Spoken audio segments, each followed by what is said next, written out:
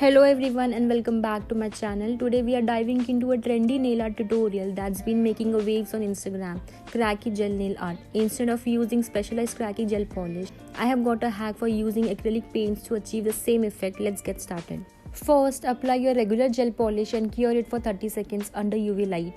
Once cured, grab a stamping tool with a rubber band.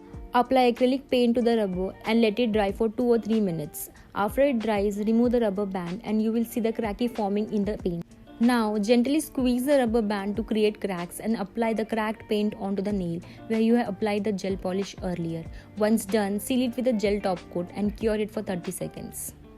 You have achieved the cracky gel nail art look without needing to buy any new products. I hope you enjoyed this DIY hack and learned something new. Just look at how beautiful this nail art design turned out.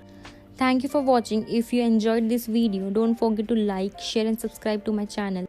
Thanks again for watching and I will see you next time.